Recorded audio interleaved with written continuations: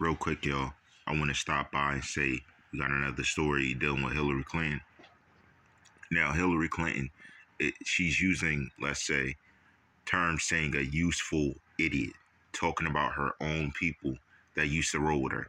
Now, this is crazy because this is your friend, supposedly your, let's say, your sidekick, and this is what you think of them. She called them a useful idiots. This is how she thinks of them, speaking on them. Now, let's look at the term use. Now, just offhand, Peter 4:9, Timothy, let's see, Timothy 1:8, and then we are dealing with Ezekiel 18:3, but we're going to focus on Corinthians 3:12, okay? Now, what this entails is talking about plainness of speech. That is Corinthians 3:12. Check all these scripture out when I say them. This is important. Use is about 35 times in the Bible, but these are the times that literally give you the insight into what I'm talking about in this thing. Very important scriptures because it's used differently. Now, there's use where God's using people, and use, something in use, or when they're use of using things to defend themselves or to stand on God and his name, and there's use of evil. Use of items, use of defense, use of certain terminology. And we're going to go over that stuff. This is just slightly touching on it and letting you see. You're reading it and you're laughing at it, but I want you to see the in-depth knowledge of her spiritual wickedness. Because it's wickedness. It's wicked. Talking about that is evil. Because you were their friend, but now you're their enemy, adversary. She committed so many sins with that, just saying that publicly. And understand, what makes it more evil that they're doing it. They know it's wrong, but they're doing it publicly. Like, who puts that in the news? Like, useful idiots. What somebody said, your name, insert your name, is a useful idiot. Somebody put that in the newspaper, you'd be like, what?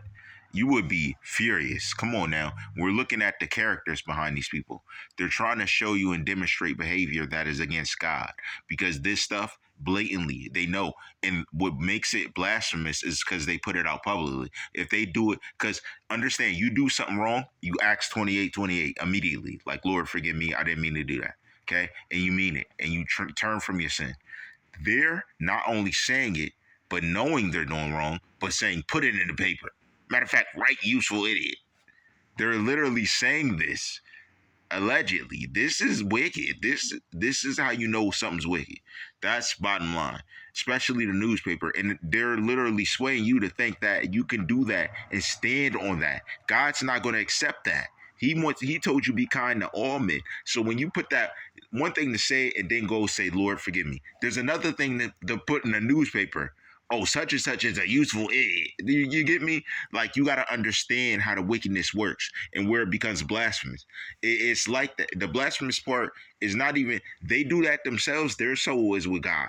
They do it to show you and try to influence you that this is how you should behave. Saying this is okay. That's where the blasphemous part, because they know they're wrong. They know they sinned against God, but they're like, look, God, I'm going to show everyone this is what I think. And it be something like this. This is the wicked part where it's like, whoa, hold on now. And I'm showing you piece by piece, and we're going over the sins. So, they're not going to start speaking kindly. So we're going to keep pushing out what the truth is about what they say. So it's not left up to some coincidence or some discrepancy. No discrepancy. Screw the discrepancies. I'm going to step up and say what it is. Stand on the word of the Most High God. These dudes are wicked and evil. I'm telling you, be careful. Don't let this, and when your kids are reading this, explain to them, you don't want to talk about people like that. Because them calling them a useful idiot, how do you know that doesn't hurt that person's feelings? How do you know? Come on now. That's like ridiculous. That's insane. And to put it in a paper, people are laughing all over, like laughing at these two dudes. Like, and these dudes, they're like, imagine how they feel. Like, dang, that's what, like, you think of that? That's what you think of me?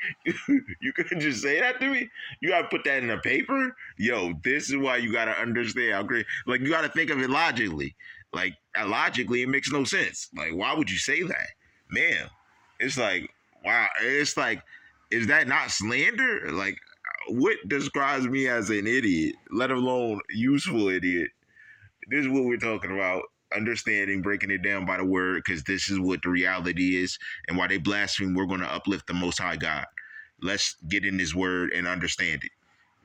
Enjoy that Peter 4:9. Yo, the book of Peter is crazy, man. Peter was that dude. Facts. All rights reserved.